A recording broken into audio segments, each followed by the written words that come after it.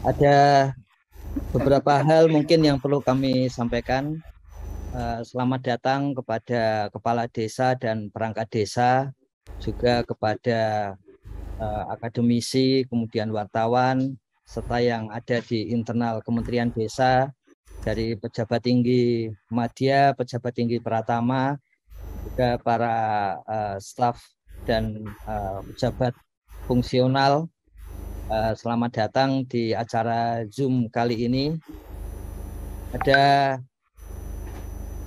Ada beberapa hal mungkin yang membuat kita bertemu pada pagi hari ini. Pada acara untuk webinar berkaitan dengan peningkatan kapasitas fungsional di Kementerian Desa, salah satu pertanyaan yang muncul adalah bagaimana memahami penggunaan atau implementasi SDGs desa ke dalam RKPDes, RPJMDes, dan sampai pada penggunaan dana desa. Perlu kami sampaikan bahwa di Kementerian Desa, Badan Pengembangan dan Informasi Desa, Daerah Tertinggal dan Transmigrasi atau disingkat BPI, itu mendapatkan mandat untuk menyusun berbagai alternatif kebijakan. Mendapatkan mandat untuk menyampaikan berbagai data dan informasi, diberi mandat juga untuk mendasarkan seluruh kegiatan dari kementerian itu yang berbasis pada ilmu pengetahuan dan data. Ya. Kemudian mandat untuk menyusun kebijakan-kebijakan jangka menengah dan jangka panjang dari Kementerian Desa, serta mandat untuk meningkatkan inovasi bagi pembangunan desa, transmigrasi, dan daerah tertinggal. Nah, ada komponen penting, salah satu inovasi yang sudah disusun oleh Menteri Desa, PDT, dan Transmigrasi, yaitu Bapak Halim Iskandar. Kita sering menyebutnya sebagai Gus Halim, yaitu yang paling boleh dikatakan dalam pandangan kami paling kuat adalah SDGs desa. SDGs desa ini upaya untuk melokalkan SDGs di level global, tujuan pembangunan berkelanjutan di level nasional untuk bisa diimplementasikan sampai ke level desa.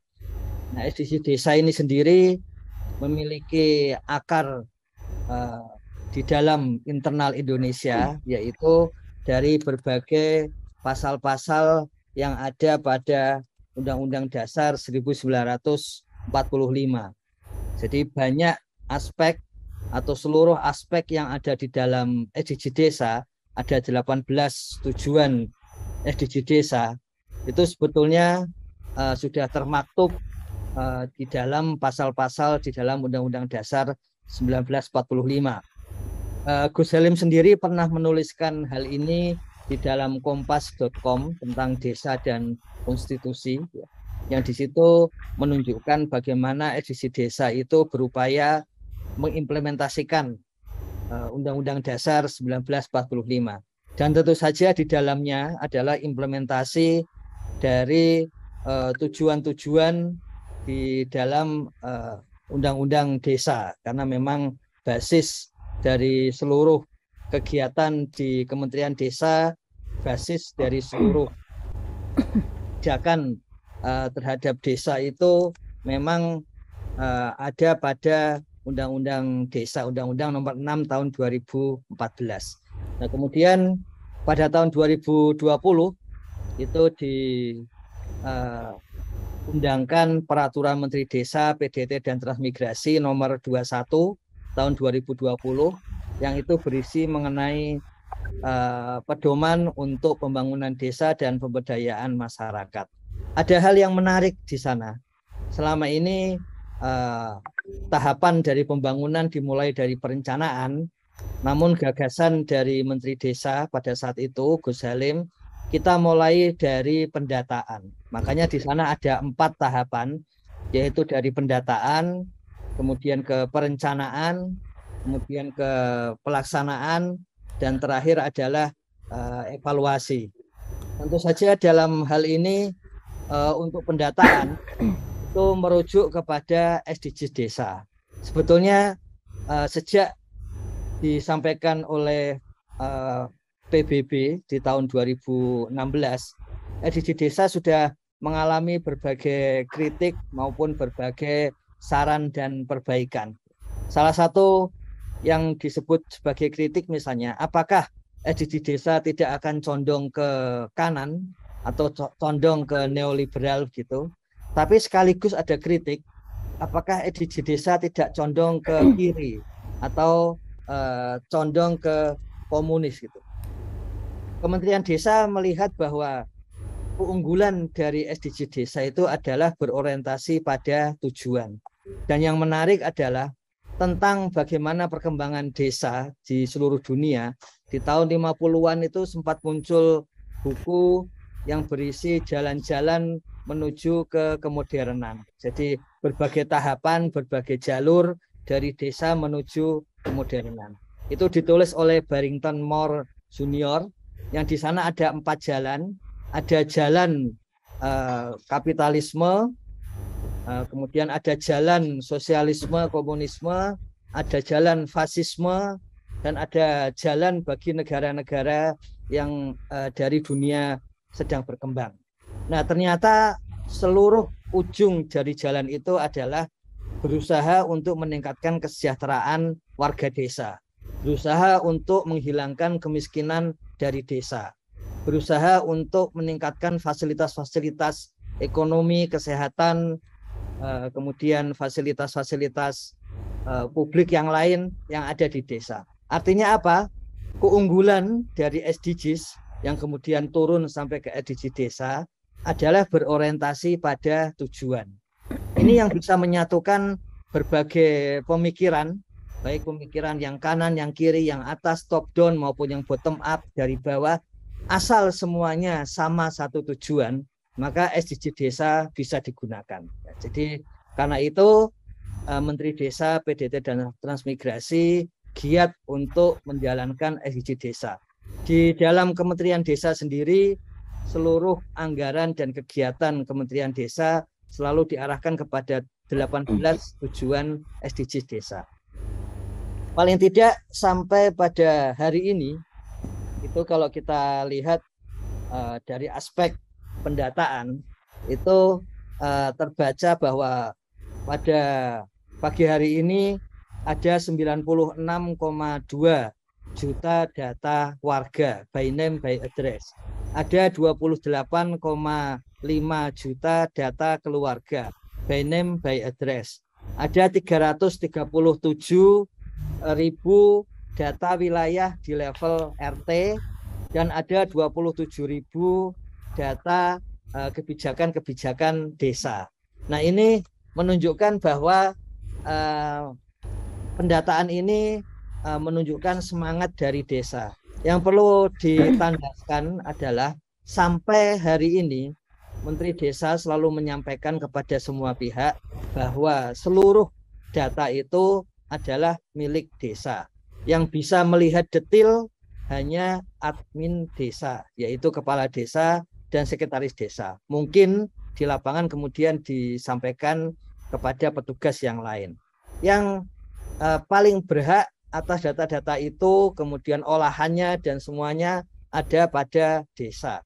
Nah, di dalamnya untuk desa sebetulnya sudah bisa langsung melihat skor SDGs desa. Jadi kalau sudah lebih sekian menit maka akan menutup sendiri untuk mengamankan data.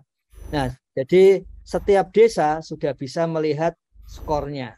Untuk masing-masing skor, seperti yang akan kita bicarakan pada pagi hari ini, itu ada sasaran-sasaran yang lebih rinci.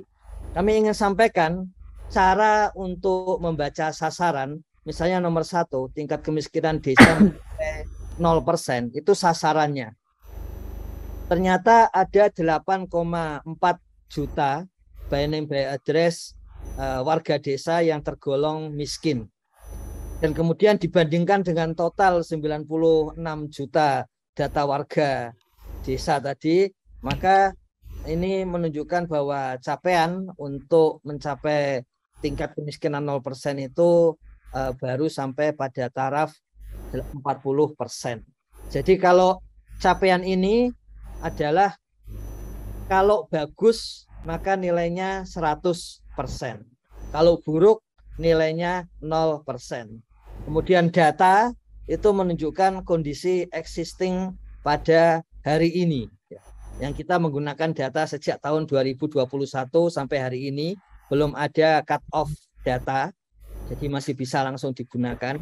Dan kemudian nanti berikutnya setelah mendapatkan skor, itu kemudian setiap desa bisa juga melihat apa saja yang perlu dilakukan oleh desa untuk setiap tujuan dari pembangunan desa. Di dalamnya ada tabel yang sudah persis sama dengan lampiran dari Peraturan Menteri Desa nomor 21 tahun 2020.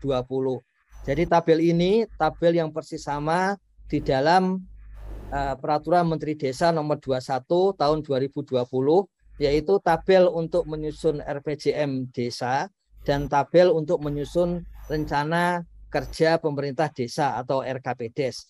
Nah, bagaimana cara membacanya? Karena SDGs itu akan berakhir, harapannya semua bisa dipenuhi pada tahun 2030, maka semua target terakhir akan ada di tahun 2030. Kemudian setelah itu akan dilihat bagaimana target kondisi saat ini dan kemudian target tahun ke tahun. Jadi targetnya akan meningkat atau menurun berapa. Apa yang harus dilakukan oleh desa pada tahun ini? Itu adalah penurunan seperti ini. Contohnya, saat ini ada BPJS Kesehatan itu ada 26,2 juta data warga yang sudah mendapatkan BPJS Kesehatan. Tahun ini harusnya meningkat sampai 29 juta warga desa yang mendapatkan BPJS Kesehatan.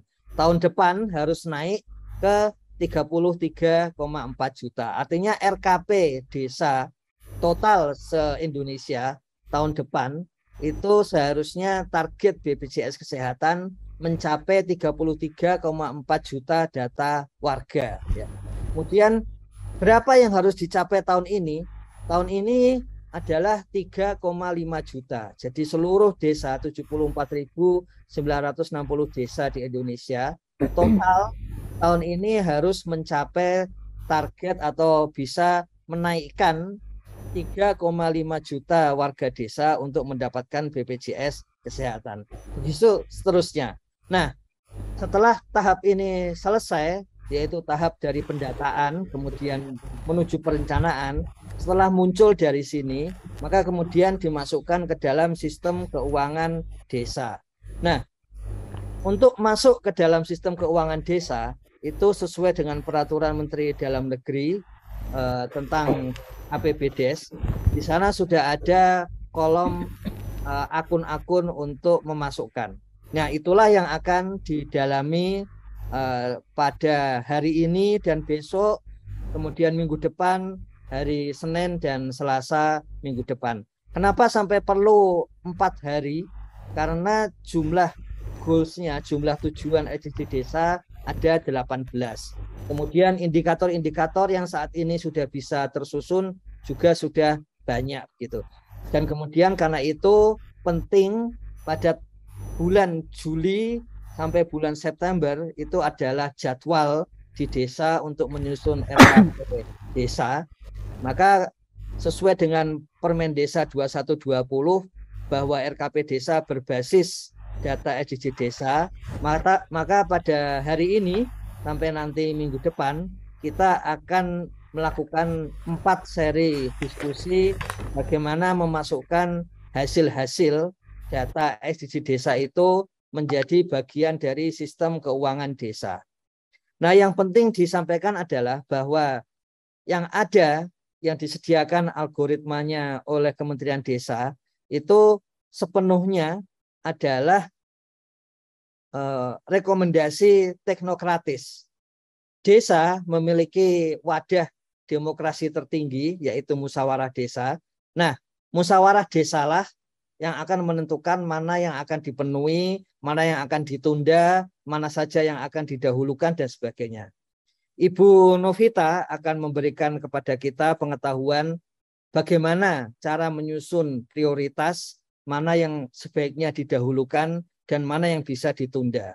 Kemudian Ibu Novita memiliki pengalaman kira-kira menjelang atau di awal Undang-Undang Desa sebagai salah satu mentor yang memberikan pelatihan mengenai sistem keuangan desa versi pertama, termasuk bagaimana dari APBDes menuju RKPDes dan kemudian masuk ke Siskudes untuk versi pertama. Dan sekarang karena pengalaman itu kami sudah menugaskan sekitar sebulan yang lalu untuk bisa menerapkan hasil SDG desa itu ke dalam sistem keuangan desa. Perlu kami sampaikan bahwa beberapa tenaga pendamping profesional itu sudah melakukan hal yang serupa, sudah memiliki hal upaya-upaya yang serupa. Contohnya ada yang sudah melakukan di Bali sampai kemudian menyusun rancangan peraturan bupati. Juga ada yang sudah melakukan di timur, di Sulawesi Utara, sudah ada yang menyampaikan kepada kami. Terima kasih semuanya, kami telah sampaikan kepada Ibu Novita untuk untuk dikembangkan lebih lanjut, dan kami akan sampaikan semua hasil ini kepada Bapak Ibu sekalian agar lebih mudah, lebih bisa mengoperasionalkan hasil-hasil dari SDGs desa. Jadi salah satu keunggulan dari SDG desa yang diharapkan oleh Menteri Desa, PDT dan Transmigrasi adalah bisa diaplikasikan secara praktis. Nah, wujud bisa diaplikasikan secara praktis adalah bisa dimasukkan ke dalam sistem keuangan desa dengan cara yang tepat. Tenaga pendamping profesional misalnya itu juga memiliki tugas bagaimana hasil dari APBDes itu bisa di coding ke dalam 18 tujuan SDG desa. Jadi sebetulnya hal-hal seperti itulah yang kemudian mendasari pentingnya webinar, serial webinar, 4 seri webinar tentang bagaimana sasaran hasil SDG desa itu bisa diterapkan di dalam Siskudes, dalam RKPDes, dalam RPJMDes. Kira-kira seperti itu. Ada beberapa tambahan lagi bahwa ketika itu bisa dijalankan, maka praktis SDG desa memang akan teruji tahun depan, paling tidak tahun ini kalau Bapak Ibu dari kepala desa dan perangkat desa sudah bersedia untuk mempraktekkan, maka tahun ini pun sudah ada praktek SDG desa yang sangat masif ke seluruh desa di Indonesia. Tapi setidaknya tahun 2023 sudah bisa dipastikan bahwa pembangunan desa akan berbasis masalah, akan berbasis potensi, akan berbasis inovasi-inovasi yang di situ berdasarkan data-data SDGs desa.